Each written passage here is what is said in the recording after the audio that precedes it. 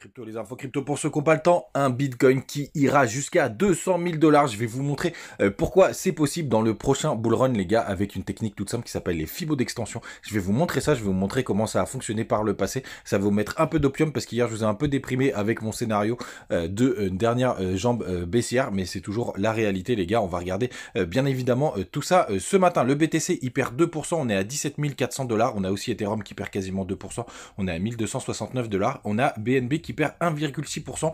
Les gars, je vais vous refaire un petit laïus là-dessus. Hier, ça a beaucoup fun, notamment du côté de la crypto sphère française, du côté de BNB, suite à une interview qui était des montages sur Sisi. Je vais pas répéter dans tous les détails, mais grosso merdo, les gars, si vous n'avez pas de l'argent utile sur Binance, qui est juste en spot et que vous avez des sommes importantes, oui, il faut les mettre sur un Trust Wallet, sur un MetaMask ou sur une Ledger.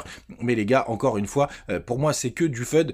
Moi, je reste confiant sur Binance, mais chacun prend ses responsabilités. Et ce qui est sûr, les gars, c'est que si Binance tombe, le BTC, il tombe à 3000 dollars, il tombe à 2000 dollars. C'est la fin des haricots et on est parti pour un bear market de 4-5 ans parce que ce serait dramatique puisque la majorité des cryptos, en tout cas, c'est le plus gros échangeur, ça défoncerait complètement la confiance. Déjà qu'FTX, ça fait beaucoup de mal. Donc moi, pour l'instant, je reste confiant sur Binance, mais chacun doit prendre ses responsabilités. Moi, je l'utilise comme une banque. Donc si jamais vous avez juste de l'argent qui est en spot et que vous voulez juste par sécurité le mettre sur un MetaMask, les gars, vous êtes bien responsable de ce que vous faites. Vous avez la possibilité de le faire. C'est sûr que si vous avez 200 balles dessus, à mon avis, c'est pas la peine de se prendre le chou. Mais voilà, c'était mon petit laïus sur le sujet. Le reste de la map, désolé, je me suis un peu égaré. On a Crypto Clébar, Ada et Matic qui perdent aussi 2%. Bref, la grande moyenne, c'est 2%, sauf Avax qui perd 4%.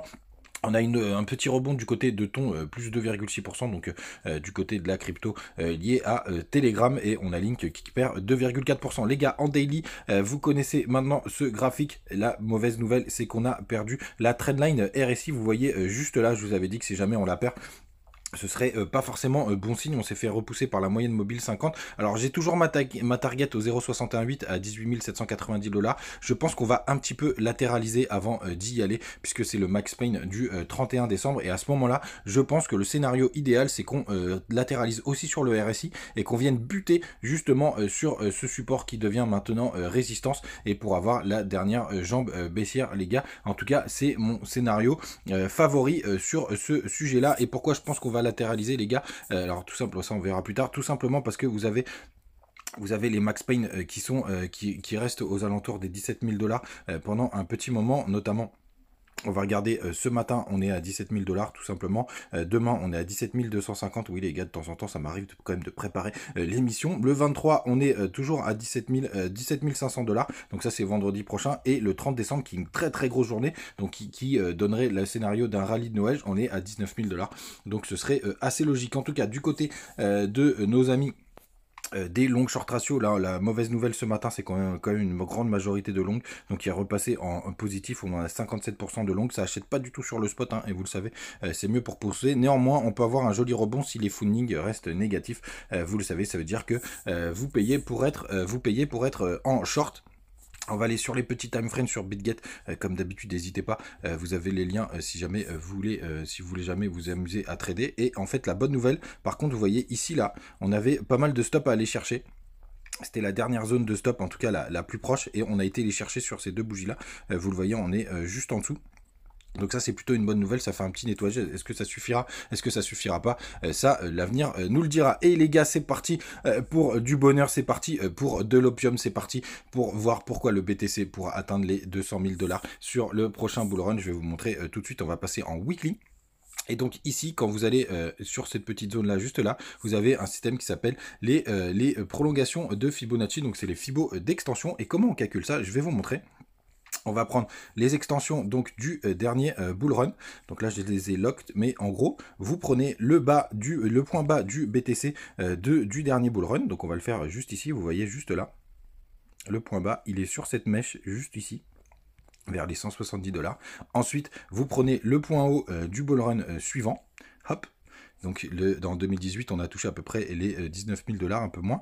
Et ensuite, vous reprenez en troisième fois avec le troisième point que vous avez juste là. Hop, vous prenez le point bas du bear market. Et derrière, vous voyez, quand on fait l'extension, on va lock pour pas avoir de problème. Quand on fait l'extension, vous voyez, on a atteint les un peu plus de 2,618, donc c'est un Fibo d'extension, et vous voyez, puisque les 2,618 c'était vers les 55 000 $, donc le résultat est tombé entre les 2,618 et les 3,618, hein, pour le coup, et vous voyez, on a atteint justement les 69 000 $. Donc on va faire le même exercice maintenant, on prend le point bas du bear market de 2018, vous voyez juste ici, il est là, on va délock pour que vous voyez que ça fonctionne plutôt bien, hop, on le met juste ici, on prend le point haut de ce bull run, donc il est aux 69 000 $, vous voyez 68 900, hein, et on prend le point bas du bear market, donc possiblement c'est celui qu'on a connu vers les 15 500 $, et on va aller regarder les extensions, les gars.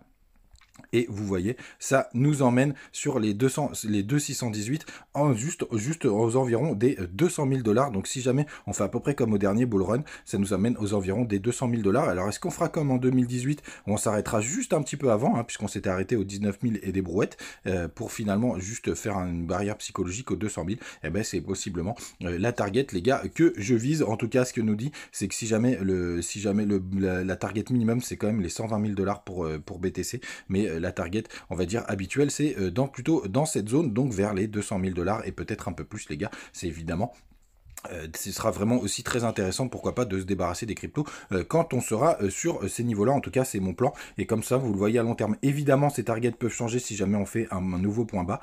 Ça, c'est l'avenir qui nous le dira, les gars. Là, c'est calculé par rapport au point bas qu'on a connu, puisque c'est possible qu'on ait connu notre bottom vers les 15 500 $. Voilà, les gars, j'espère que ça vous a plu. N'hésitez pas à me laisser vos commentaires. N'hésitez pas à nous rejoindre sur le Telegram pour tous ceux qui veulent s'amuser sur BitGet. Vous avez les liens en description et sur les pages d'accueil. Et puis, les gars, passez un très bon vendredi, salut.